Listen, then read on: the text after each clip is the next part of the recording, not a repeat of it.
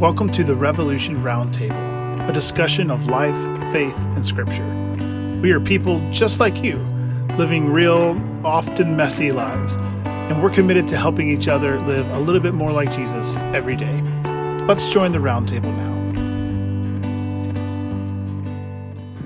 Well, hey everyone, welcome to another episode of the Revolution Roundtable. So glad to have you with us today if you're listening or watching online. My name is Nate. As always, I'm your host, and I am joined today by my great friends, Matt Pryfogel, resident awesome person here at Revolution, and for the first time ever, lead pastor Anthony Cazzello. Come on now. Hey. Come on. And Matt gets the awesome person announcement like every time. I've listened to this and watched this. And that's his role. He's resident awesome person. When you deliver on the goods, Anthony, you get the title. But so we as a podcast have reached a whole new level because one, we're now worth Anthony's time. How about that? I'm just kidding. But also, we've reached a whole new level because we have a tech person, like a production person helping us. We have the very talented Derek Rohde helping us today. So this is a whole nother level, guys. It is. This is a whole nother level. It's becoming a thing, right? Yeah, it's becoming a thing. Yeah. So the content might still be subpar, but the quality, but the quality is going to be off the charts. Yeah, we make zero promises on content, like none. So again, so glad to have you with us, and thanks for being with us, guys. I'm excited to dive in today. We are in the middle, Revolution Church, of this series called God Is, where we're looking at the characteristics of God's character, the attributes of God's character is maybe a better way of saying that. And this last Sunday, Anthony, you spoke and you talked about this idea that God is compassionate. And it was incredible talk. We'll link to it in the show notes below. If you haven't heard it, I encourage you to go listen to it or watch it because it's really, really good. And you kind of, you first, I love this. You talked about what compassion is. You defined compassion as love in action. Is that right? Yeah, that was a simple definition, and as we journey through it more, we got a little bit deeper into that, and we kind of compared it with empathy and sympathy and pity and concern. And it's not that because there's action involved. And so, just a little bit deeper, but that's the simple definition for sure. Yeah. And I love that. Like, if we want to be a compassionate people, like we have to do something, right? Like there's action required for that. And then you kind of talked about these three ways that God puts his love in action or shows his love in action. And we had different stories from scripture that kind of show this. So you talked about God through his compassion sees people, like he sees people in their moment where they're at. God in his compassion provides, and then God in his compassion redeems stories, which to me is like the coolest part of it all. Like that God isn't just passively watching or just like, oh, here's, you have a need, I'm going to take care of it. No, like he actually wants to do something cool in and through your story. So Matt, I just like, what stood out to you this week as we were looking at that idea of compassion and those kind of three ways that God shows it? What stood out to you this week? So the first thing, there were a couple things, but the first thing that jumped out to me was the whole story of Abram and Sarai. And what a jacked up story that is. It is. I mean, it for real is. So you have Sarai who's like, I can't give you any children and I'm getting old. So go have relations with my slave. Abram's like, sounds good to me. It's so strange. It's so strange. I mean, in a lot of those Old Testament stories, it's just like it like goes from like setting to setting or thing to thing so quick. Right. So there's so many details in there that we don't get. Right. But it seems like it's like she says it. Okay, sure. Okay, sure. It is strange. But the whole thing, ends up. It turns out poorly. It really does. That's an understatement. I think. Understatement. Yeah. It really is. But what stood out to me is God is talking to Hagar, the slave girl. You're going to have this son, name him Ishmael. He's going to be a wild donkey of a man, which we need to say more of. Like, that needs to be a thing. I don't know why I thought of Shrek, the movie Shrek. For sure. I just thought of donkey. Like, I don't know. This crazy, he talks all the time, but anyway. Right. The story of Ishmael could be an episode all on its own. Oh, without question. It's hilarious. It's terrifying. It's awesome. Because it just there's so much here because God's like, I'm going to bless you with this son, but He's going to be a donkey of a man. He's going to not get along with people. He's going to be this wild man. And instead of being like, I don't know, down on that, Hagar instead says, you're the God who sees me. Mm-hmm. You see me. Yeah. And that kind of blew me away, because I never in my life thought I would connect with a slave girl that was involved in this love tryst. But God saw her in that moment when she was, being berated and felt so low. God was seeing her in that moment. And I thought, that's when we need to see God. That's when we're at the lowest, when we need to see God. That's when he's seeing us. And I don't know, it connected with me on that kind of level. Yeah, absolutely. It's funny because in some ways it's we're coming up on Christmas slowly but surely. We're coming up on Halloween, which means we're coming up on Christmas to a lot of people, and so like this kind of has like a Hallmark movie feel to it. You know what I mean? For sure.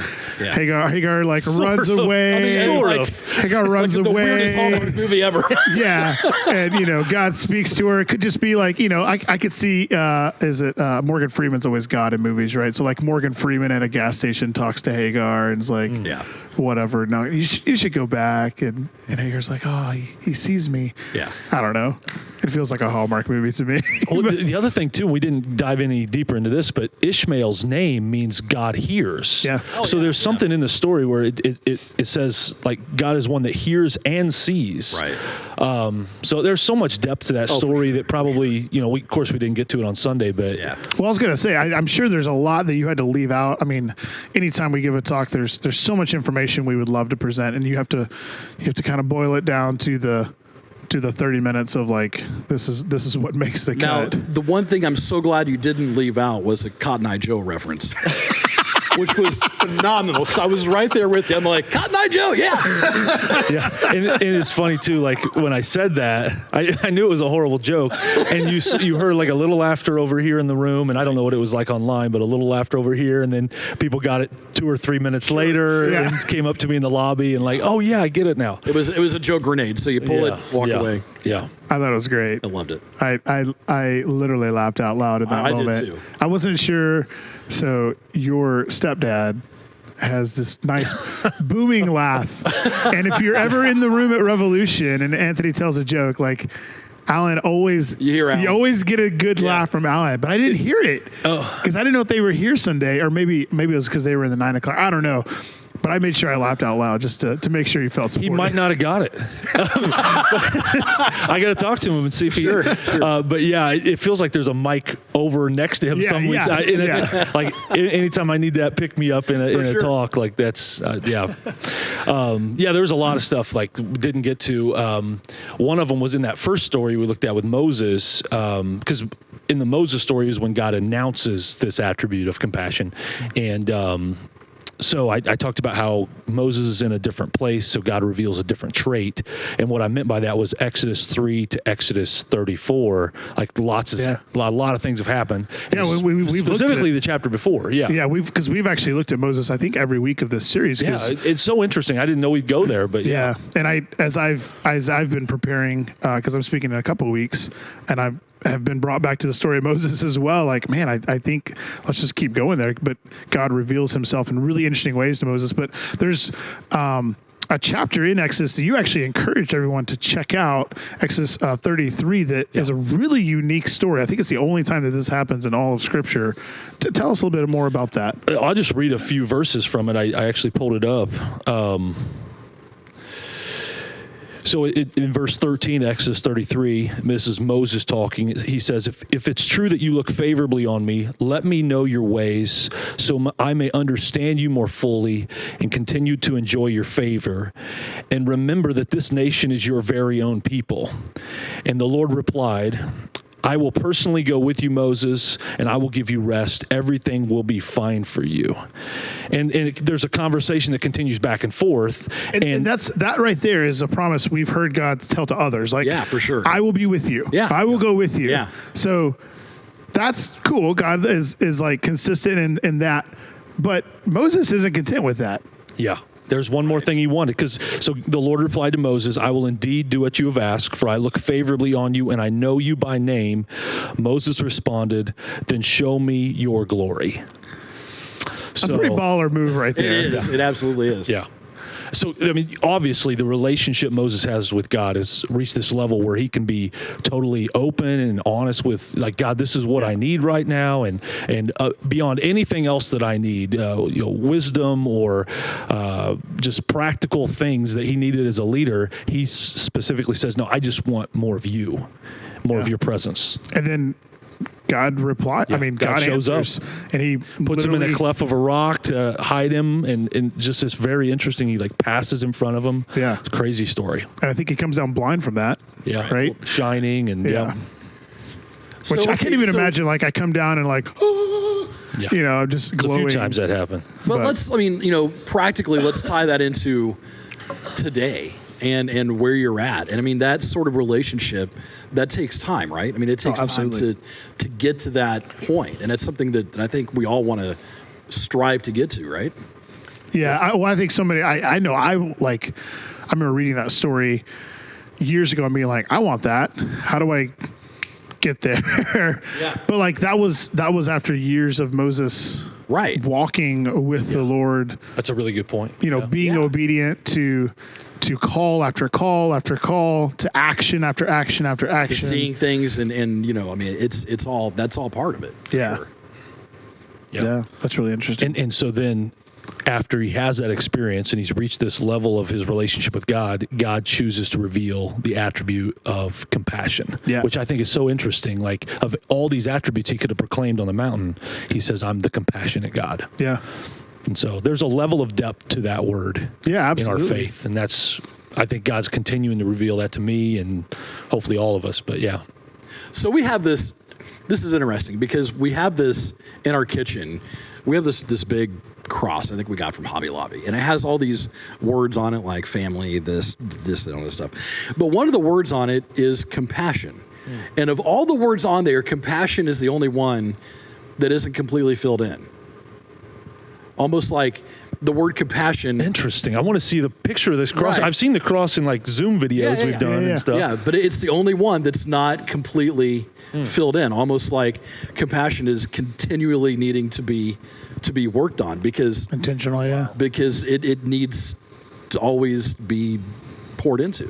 Yeah, we never arrive at I am compassion. God is, but we're a continual process of filling it in. That's good. Right? Well, and that idea that if compassion is love in action, then we're continually needing to put that love into action. Right. And again, that's I'll take a picture of it and send it to you because it's kind of cool. Yeah, I was about to say you're going to have to bring a pic.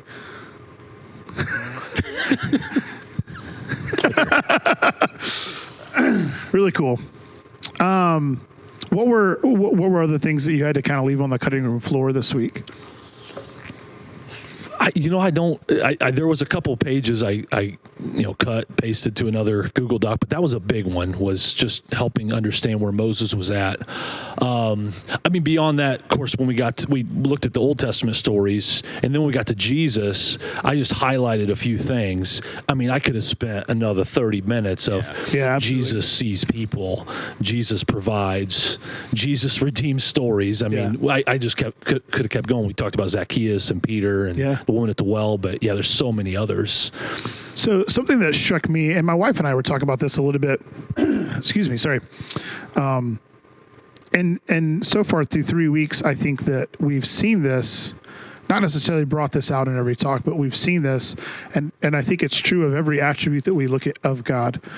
The idea that Jesus going to the cross is the full measure of that attribute.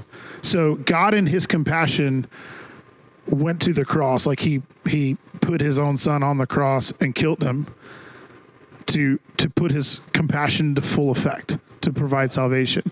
God going to the cross was the full measure of holiness.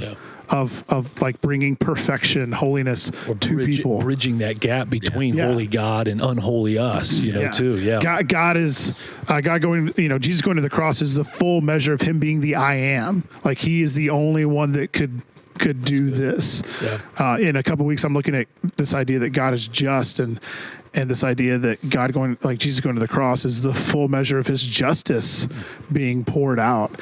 And that just, it struck me because, obviously we know Easter is it's a big event, like the reason that we celebrate Easter, the death of Jesus, and then the him rising again, victorious over sin and death and grave. That's the reason we have salvation. But just, I've never thought of it that like that event is also God, as much culmination, as he can, right? like the culmination of him fully revealing himself to man. Yeah. And I thought that was just really fascinating. Yeah, every attribute is on full display at one moment. Yeah, that's good.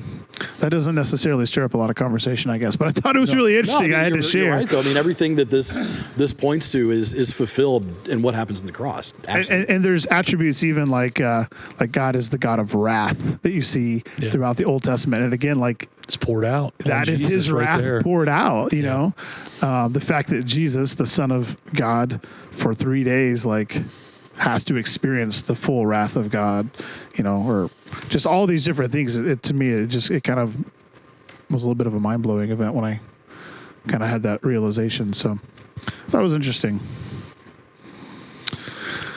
Matt, how you doing, buddy? Well, in a few weeks, I'm doing the talk on God is mysterious. Yeah, I'm excited for that. And so if you have any thoughts on where to go with that, you...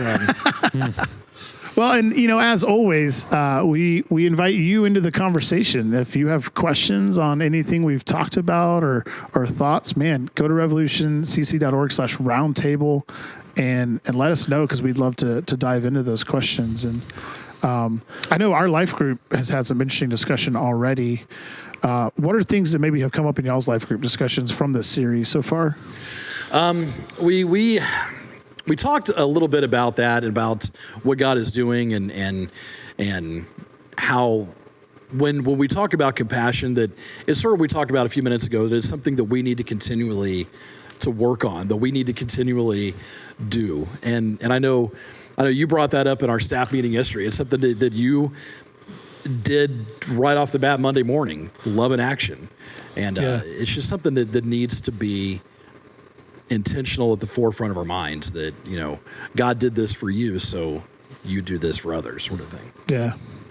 I shared the story Monday of dropping my daughter off at school, and of course we're coming off fall break, and so getting ready that morning was pretty rough, a little slow. We weren't late, but we were close to being late. And then when we pulled in to the little circle where we drop them off, my daughter was struggling to get her coat and her mask on, and she was like, "Oh, my mask, it's too big, it's falling off." And I'm like, "If you don't mess with it, it won't fall off." But she just kept fumbling with it, and so my son had already gotten out, was already in the school, and there's cars waiting behind me, and so I'm like getting stressed, and I kind of raised my voice to my daughter, like, "Layla, you have to go." One of those fun parenting moments. Yeah, right? They happen all the time, right? Yeah. And not that it was the worst thing ever, but I felt so bad. My daughter wears her emotions so she every emotion she has to the full extent. And by the way, Layla's going to be on this stage Sunday. Oh, that's right. And I get to interview her. Yeah. And it's going to be so much fun. But anyway, sorry. Yeah, so tune in this Sunday. You'll get to experience a little bit of... It's going to be great. I can't wait. I cannot wait. The fireworks display that is my daughter. So anyway, but I felt bad, and so I went home because I had to get something, and I ended up going back to the school and called my daughter to the office and had a different mask for her and hugged her and told her I was sorry for raising my voice. But that was, to me, I was like, man, this is, if I want to demonstrate compassion, you have to do something. I was like, it could wait till I got home, but I didn't want to wait till I got home. I didn't want her to have that on her mind, all day. So yeah, our life group met Sunday night too, so when you shared that story, I was like, it's so crazy. Our conversation went to parenting at the end in the last 25, 30 minutes was because I think that's where that love in action. We can see it displayed the most or not displayed the most, and it really kind of starts there, and from there, we live it beyond our home, but yeah. And I love this because that's what we want to see from Sunday is conversations. Absolutely. So whether it's life group conversations or, meeting up with a couple friends over coffee, and then the conversation could, directly go back to the Roundtable webpage and make a question that impacts another talk. Like it's a conversation that we're having as a community of faith. So I love this. Yeah, I think I can speak for all of us when I say that your input, like when you give us input, your questions, thoughts, like, man, that is so instrumental in how we shape the talks that are given on Sunday, because, man, we don't just come up with stuff like, I think we'll talk about this randomly. Like we want to connect with you and where you're at in your journey and where we're at in our journeys and share that. So yeah, absolutely. Cool. Any other thoughts you guys have had that? I think this has been a really cool series to just kind of lean into and learn about and understand that God is much more than the little box we tend to put him in sometimes. Yeah. And that he's far more than we could ever really fathom. And it's been cool so far. Yeah, we're spending 30 to 35 minutes on one word, and we're just touching the surface absolutely. of that attribute. Yeah. Yeah. And I'm super excited. This Sunday, we're talking about the idea that God is creator, but we're also talking about that God is creative. Mm-hmm. So it's kind of a twofer. And this is a family fifth. It's the fifth Sunday of the month. And when we have a fifth Sunday of the month, we do what's called Family Fifth, where we invite our kindergarten and up kiddos to join us in the auditorium. It's a big party. The whole service is family driven. So like kids, students will all be a part of leading, and it's just going to be really cool. But I'm super excited. The two of you are actually talking this week. Give us just a little bit of a sneak preview of kind of like what you're excited about for this week.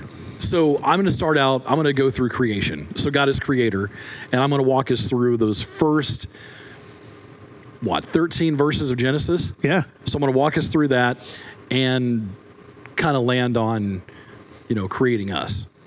And that's all I'm going to say for that. Nice. But what I'm also excited about is then I then get to hand it over to my son, who's going to lead the song right out of that. So I'm going to be creative. Yeah, who's going to be creative and sing about this whole thing. So I'm excited for that. Yeah. And then we got a story that's going to be on a video, and then Layla's going to join me, and then I'm going to talk about creative and how every single person, like there's something very specific and intentional God did for all of us. And it's really driven from his compassion, but I can't wait. Yeah, it's going to be a blast. I can't wait. There's so many stories, so many cool elements to engage with, not just with kids, with every age, but it's going to be something kids will also, I think, find really exciting, really fun. So can't wait. Can't wait for it. Absolutely. Yeah. Well, gentlemen, thanks. Thanks for joining us, and thank you for joining us. As always, if you have questions, thoughts, we would absolutely love to hear you. Join the conversation at www.revolutioncc.org/roundtable. You can also text us. You can just text roundtable or a question or whatever it is to 574-498-2233. But until next time, have a great one. We'll see you. See ya. Thanks for listening to this episode of the Revolution Roundtable. If you enjoyed this conversation, we'd love it if you consider sharing this podcast with a friend or leave a review where you listen to your podcast. We'd also love to connect with you. Visit us at revolutioncc.org/roundtable and let us know what you thought of the episode. We hope you have a great week. We'll see you next time.